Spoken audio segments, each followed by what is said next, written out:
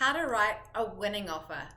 Hello, I'm Catherine Weir, and if you're planning to buy a home now or anytime soon, today I'm going to talk about what it takes to get an offer accepted in these crazy times in the Seattle real estate market.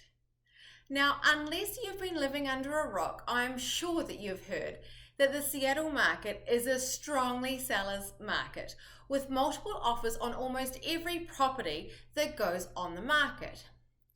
I recently represented buyers in a very competitive situation, and at the end of the day, we beat out the other 13 other offers that the seller had on the table. Now, how did we do that?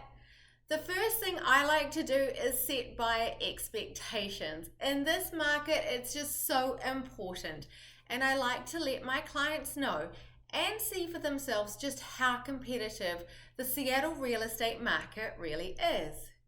With homes selling easily between $200,000 and $250,000 over asking, it's important to be very clear on just how much house you can really afford. If your maximum budget is $1.2 million, then you really need to be looking at homes in the 900,000s and certainly not at any homes listed at $1.2 million. The second thing is being pre-approved with a good and trusted lender. It's so important to be able to have honest conversations with your lender about all the scenarios and what spending that top dollar that you have in the back of your mind really looks like on a monthly basis.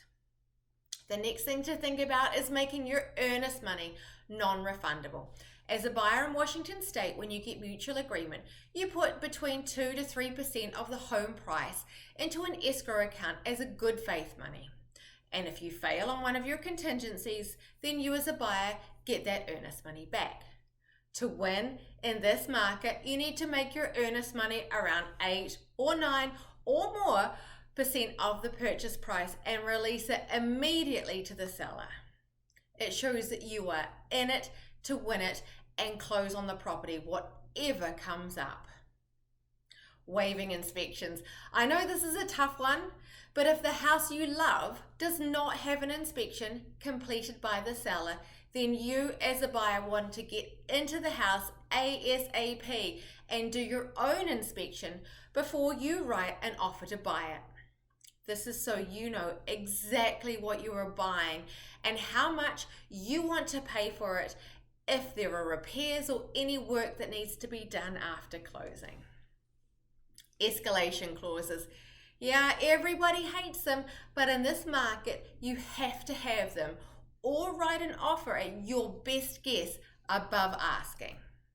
The good news with an escalation clause is that you get to write an upper limit on how much you will pay for that house. The other good news is that you get to determine how much you beat the next best offer by, and that means that you also get to see that other offer. What it means is that someone else wanted to win almost as much as you did. You just beat them out. Appraisals. Unless you are paying cash, appraisals are a required part of the process. And when a home is listed at $975,000 and it sells at $1.245 million, then there's a good chance that the appraiser may not see the value at that final sales price.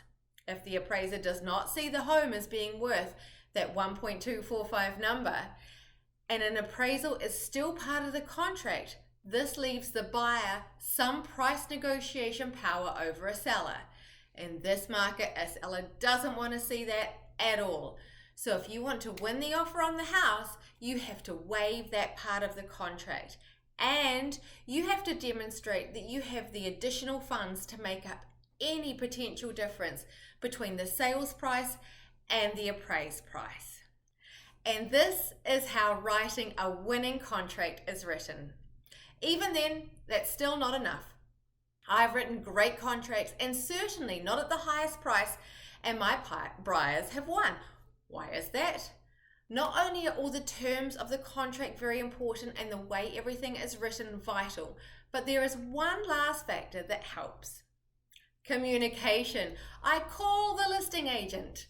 I talk to the listing agent. I ask what the sellers are looking for. I develop a relationship and a rapport with the other agent so that even if we are not the best offer, and at least the other agent will come back to me and let me know how I can represent my buyers to be more competitive. I cannot tell you how many times a listing agent has come back to me and my clients, even when we are 1 of 14, and told us what we need to do to win, because I asked them to. Because they know I will do my best to do what it takes to make a successful and smooth transaction for everyone. And most of all, they know we want to win because I tell them, because I've had a conversation about it. So, no secret sauce anymore. Here it is. I've laid it all out. Everything you need as a buyer to win. If you're looking at buying in this market, then connect with me and I can help you get that house, even if you are one of very many buyers in a super hot market. And as always, thanks for watching. I'm Catherine Weir.